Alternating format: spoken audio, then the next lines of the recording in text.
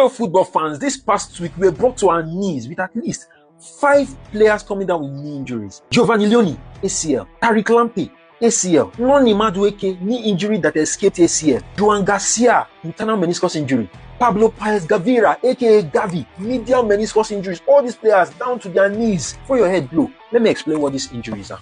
First off, knee injuries are some of the worst injuries that a football player can have. Because of how important the knee is to the lower limb, when those injuries happen, it can affect a player greatly. Ask Rodri, Reece James, Cole Will, Gabriel Jesus, Nkunku, and so many other players that have been affected with knee injury. It's a bad injury to have. First, ACL, anterior cruciate ligament. Now, the anterior cruciate ligament is like a band that holds the thigh bone, which is the femur, to the shin bone, which is the tibia, holds it together. If that band cuts like this, you'll be hearing 6 months, 7 months, 8 months, even as much as a year, and surgery will be needed to repair it. Even when the player finally comes back after a long time out, you don't get to that pace that they were before the injury. It's just like when you go to Computer Village and you replace your follow-come screen. That's what's happening with Giovanni Leoni and Tariq Lamptey. They'll be out for about 9 months. That's pretty much the end of the season. But the good part, they are young players, and with young players, it's better for them in terms of tissue healing and recovery. So they can recover, most probably get back to the optimal best that they were in before they went on the injury, as against older players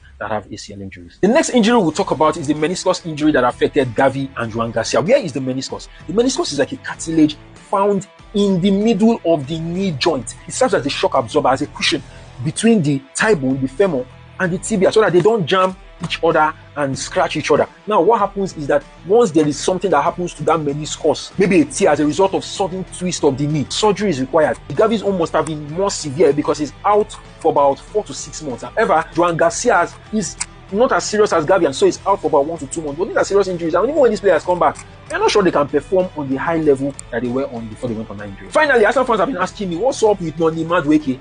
Come closer. He had a knee injury against Manchester City. He was taken out at halftime. Everybody has been scared. Did he have an ACL injury? Now, good news, he has a knee injury. While the test has not shown what exactly he has, what they can confirm is it's not an ACL injury. So you are very, very lucky. Noni Madueke will be out for about 2 to 3 months, which means that he will miss about 10 games. Not expected to be back till probably in November, targeting November, the North London derby that is happening towards the end of November. So pray for him that he recovers well and he gets back to playing active football. So tell me, guys, which of these players will you miss the most? Put it in the comment section. And don't forget to like, share, comment, and send to your fellow football lover. Meanwhile, Chelsea fans, next video, anticipate, because it be like say village people don't renew their subscription.